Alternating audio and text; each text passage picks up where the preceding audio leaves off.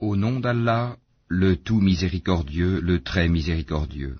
Alif, Lam, Mim. Est-ce que les gens pensent qu'on les laissera dire « Nous croyons » sans les éprouver? Certes, nous avons éprouvé ceux qui ont vécu avant eux. Ainsi, Allah connaît ceux qui disent la vérité et ceux qui mentent. Ou bien ceux qui commettent des méfaits comptent-ils pouvoir nous échapper? Comme leur jugement est mauvais. Celui qui espère rencontrer Allah, le terme fixé par Allah va certainement venir. Et c'est lui, l'audient, l'omniscient.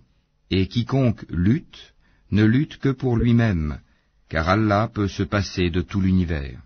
Et quant à ceux qui croient et font de bonnes œuvres, nous leur effacerons leurs méfaits, et nous les rétribuerons de la meilleure récompense pour ce qu'ils auront accompli.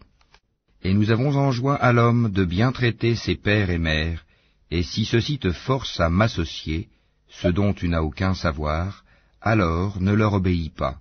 Vers moi est votre retour, et alors je vous informerai de ce que vous faisiez. Et quant à ceux qui croient et font de bonnes œuvres, nous les ferons certainement entrer parmi les gens de bien. Parmi les gens, il en est qui disent « Nous croyons en Allah ». Puis, si on les fait souffrir pour la cause d'Allah, ils considèrent l'épreuve de la part des hommes comme un châtiment d'Allah. Or, s'il vient du secours de ton Seigneur, ils diront, certes, « Nous étions avec vous ». Allah n'est-il pas le meilleur à savoir ce qu'il y a dans les poitrines de tout le monde? Allah connaît parfaitement les croyants et connaît parfaitement les hypocrites. Et ceux qui ne croient pas disent à ceux qui croient, « Suivez notre sentier, et que nous supportions vos fautes. » Mais ils ne supporteront rien de leurs fautes. En vérité, ce sont des menteurs. Et très certainement, ils porteront leur fardeau et d'autres fardeaux en plus de leur propre fardeau, et ils seront interrogés, le jour de la résurrection, sur ce qu'ils inventaient. Et en effet, nous avons envoyé Noé vers son peuple, il demeura parmi eux 1000 ans, moins 50 années, puis le déluge les emporta, alors qu'ils étaient injustes. Puis nous le sauvâmes, lui et les gens de l'arche, et nous en fîmes un avertissement pour l'univers. Et Abraham, quand il dit à son peuple, « Adorez Allah et craignez-le », cela vous est bien meilleur si vous saviez, vous n'adorez que des idoles en dehors d'Allah et vous forgez un mensonge. Ceux que vous adorez en dehors d'Allah ne possèdent aucun moyen pour vous procurer nourriture. Recherchez votre subsistance auprès d'Allah, adorez-le et soyez-lui reconnaissants, c'est à lui que vous serez ramenés. Et si vous criez au mensonge, d'autres nations avant vous ont aussi traité leurs prophètes de menteurs. Aux messagers, cependant, n'incombe que la transmission claire. Ne voit-il pas comment Allah commence la création puis la refait? Cela est facile pour Allah. Dis, parcourez la terre et voyez comment il a commencé la création, puis comment Allah crée la génération ultime, car Allah est omnipotent. Il châtie qui il veut et fait miséricorde à qui il veut, et c'est vers lui que vous serez ramenés.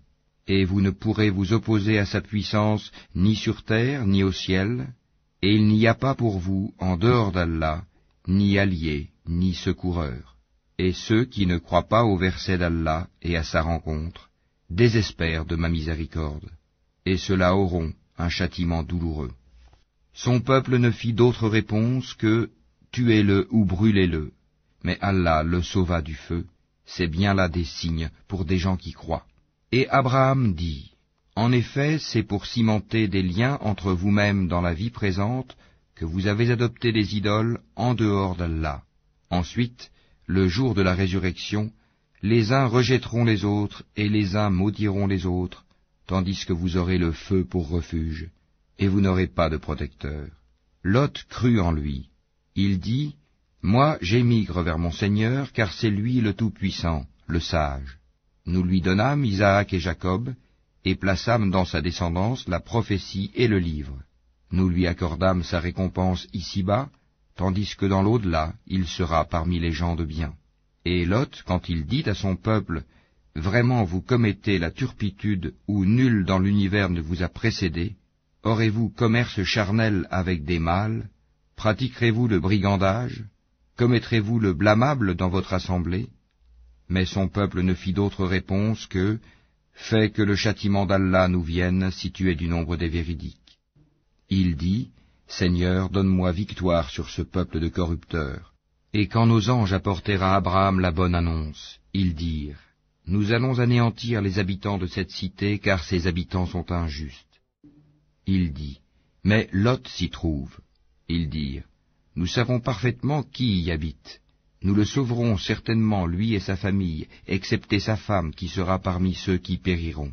Et quand nos anges vinrent à Lot, il fut affligé pour eux et se sentit incapable de les protéger. Ils lui dirent, Ne crains rien et ne t'afflige pas, nous te sauverons ainsi que ta famille, excepté ta femme qui sera parmi ceux qui périront.